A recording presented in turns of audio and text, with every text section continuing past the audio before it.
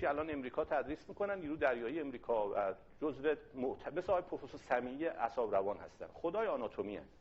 یه روز اومد سر کلاس، خب همه دانشجو بودیم دیگه، گفت عضله پیری کدومه؟ با نمکم بود، عینکم میذاش اینجاش. خب همه اینجوری ما نگاه کردیم، دوره دانشجویان دیدیم. حالا به شوخی یه چیزی هم گفت که حالا ضبط میشه من نگم. گفتیم آقا ما چه می‌دونیم عضله پیری کدومه؟ تازه تعمیر، تازه راه افتاده بودیم دیگه. گفت آقا عضله پیری اینه. باورتون میشه؟ اگر از شما سوال کنم بگن تو پیری کدوم عضله بیشتر به دردت میخوره چی میگی؟ اشتباها میگی این فلان. نه اینه. چرا؟ چراش قشنگه. وقتی خونه میسازی چرا شناج بندی میکنی؟ چرا پایه رو محکم میگیری؟ اگه 4 طبقه بخوای ساختمون بسازی، اگه پایه قوی نباشه خونه بعد چند وقت کج میشه، میشکنه، چاک میخوره. عضله‌ای که وزن ما رو داره اول تحمل میکنه عضله ساق پای منه، عضله دوقلو میگن. اگر این ضعیف باشه بار رو میده به کمر. تو پیری اینجوری میشیم. چرا تو پیری بیشتر افراد اینطوری میشن؟ عیب تو کمر نیست، عیب تو پایینه. پایه ها ضعیفه، نمیتونه شما رو صاف نگه داره، پایه خرابه. حالا هی قرص بخور ببینم این من میشم چیزی قربونت برم. عضلات رو باید ترمیم کنی. خدا عالمه. اینی که میگم دیگه با این سن و سال دیگه نمیخوایم تعریف کنیم یا شما بخوای بیاین مثلا مریض من باشی که. شاکریم، خداوند این لطف رو به من کرده.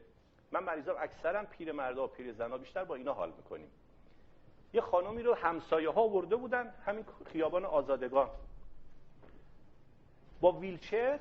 اینقدر شرایط این خراب بود، خدا شاهده که من دلم نیومد این نتونستی بلندش کنیم.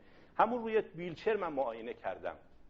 اینقدر گریه میکرد، هیچ کس هم نداشت، واقعا هیچ کس. یک زن تنها فقط گریه میکرد. به من گفت آقای حبیبی یه کاری بکن، فقط من کسی رو ندارم بتونم از این حیات قدیمی‌های قومی‌وار سرهنگیری که پله میخوره میره پایین، خودمونم خاک فرج داشتیم، من بتونم دستشویی، وضو، نمازم اینا رو انجام بدم. گفتم بابا من وسیله‌ام، ان شاءالله خدا کمک میکنه.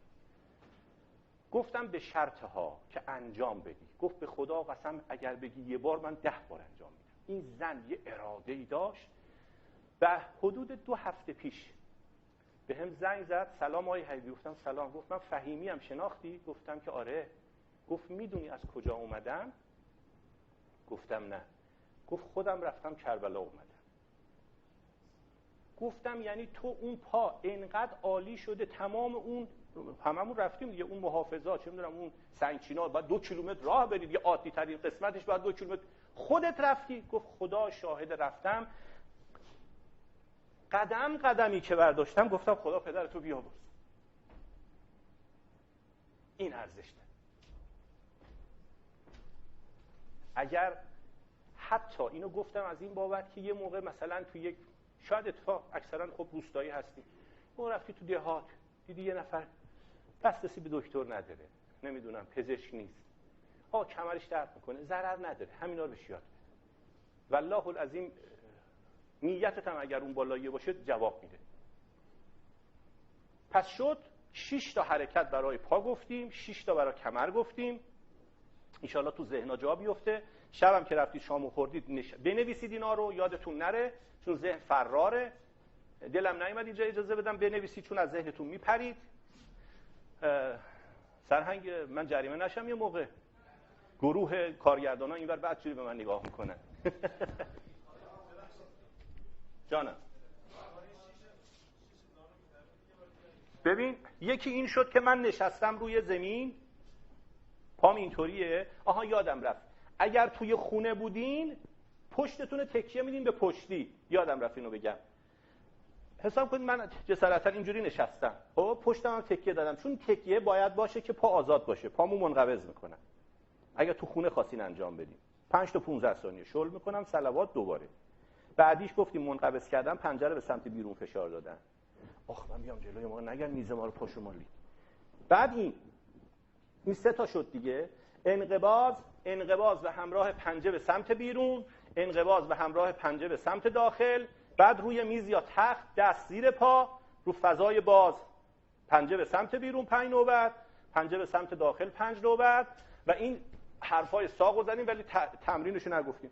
همینجور وایسودی با دوست صحبت میکنی، برو بالا بیا پایین بدون اینکه زانوت خم شه. این عضله پیری رو داریم قوی میکنیم به همین سادگی. ولی تکرار. من یه مثالی به چیزا میزنم، مریضا میزنم، میگم که نماز تو چجور بهش نگاه میکنی؟ اون حسه رو میخوام بهش غالب بشم ها. خصوصا اونایی که اهل سنن بیشتر قشنگتر جواب میگیرن. میگه خب دیگه گفتم اونجوری.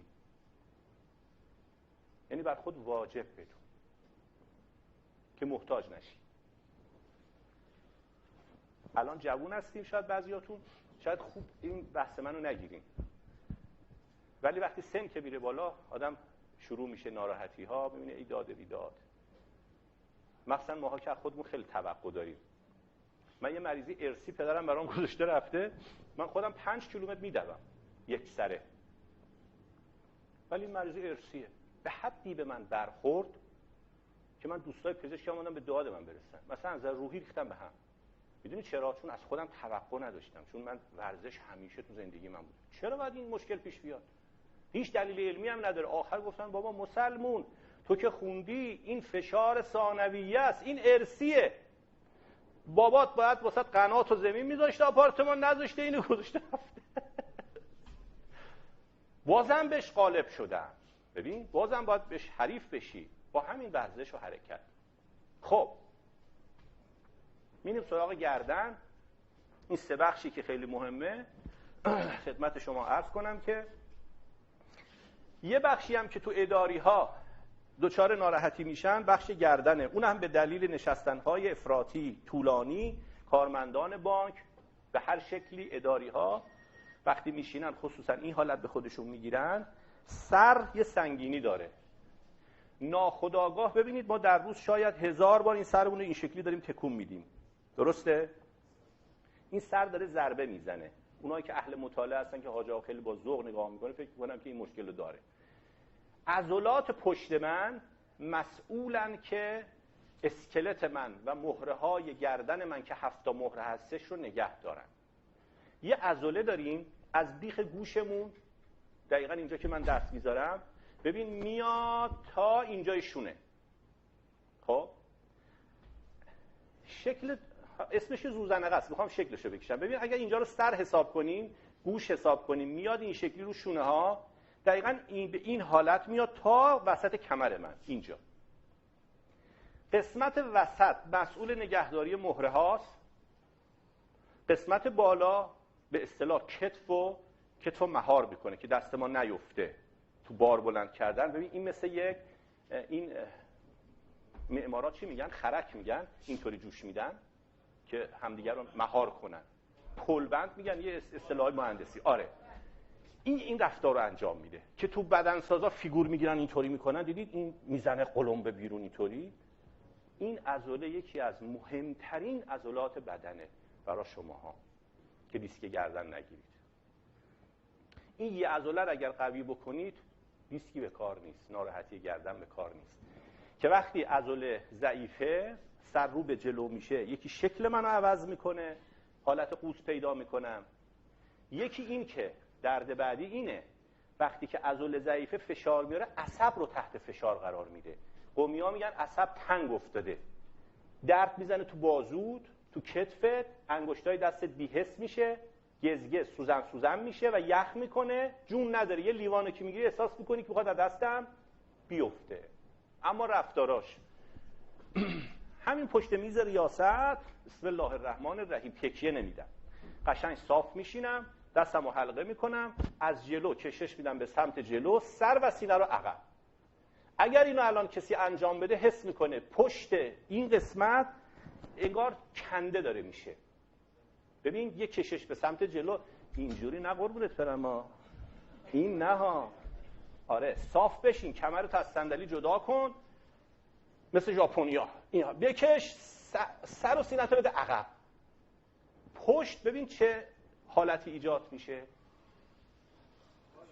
تا 15 ثانیه نگه می‌داری، 4 بار یا 5 بار. این یه حرکت. همینو به سمت بالا آسمون. البته من اینجوری گرفتم گفتم به خاطر لباسم صاف بشین. الان عموما نمیتونید صاف بشینید، یعنی نخاعتون بهش فشار میاد، درسته؟ اینجاتون درد میگیره. چرا؟ چون انعطاف عضلانیتون کمه. یه تست الان ازتون بگیرن، اگه از 100 10 بگیرید لشکر پیرمردا چرب شدید. پس این شو. ببین این همون برای دیسک کمر هم خوبه، چون نخاع رو توی خط قرار میده، قشنگ عضله رو کشش میده، انبساط و انقباض جالبیه و تا 15 ثانیه نگه دار، 4 مرحله. یه حرکت خیلی قشنگ. یه کانال اینجا داریم، آقایونی که نویسندن یا خیلی کارگزینی ان، حاج آقاهایی که زیاد می نویسن، اهل قلمن، این کانال میگن کارپال. عین سیم کشی خونه‌مون میمونه، یه دونه کابل دیدی آقا میاد میخوابونه، بعد توش فنر میزنه سیم رد میکنه، از اینجا عصب ما رد میشه. خانم ها عموما الحمدلله به این درد گرفتار میشن، چون لباس میشورن، ظرف میشورن، این چسبندگی پیدا میکنه.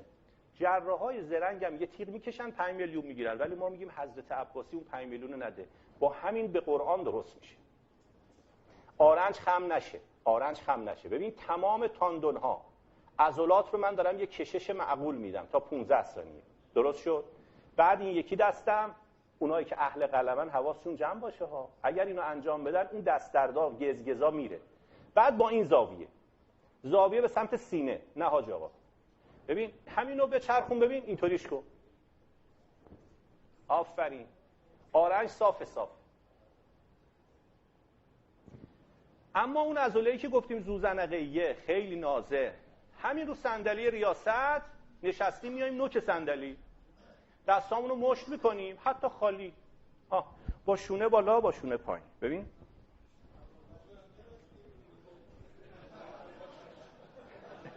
آقا آخرش یه موقع به جا باریک نکشه کار از شونه منتقل شه به کمر. خب پس شد. ببین این عضله زوزنقه‌ای قشنگتر است. حالا ما بخش بالایی رو گوش کن به من حیفه ها، الان تموم میشه، وقت دلت میسوزه. این قسمت بالایی رو من قوی کردم. آخرش اونایی که دوست دارن اگر بیان اینجا، دیدید اینجای آدم رو وقتی بگیرن آدم عاجز میشه، اگر تونستی این قسمت عضله من رو بگیری جایزه بهت میدم. یعنی وقتی من بهش فشار بیارم محاله بتونی اینو اینطوری بگیریش. این قدرت عضلانیت رو بالا میبره و تو مطالعات خسته نمیشی. از این تیکا گوش کن تیک نداشته باش، خواهشن دیگه، زمان کمه.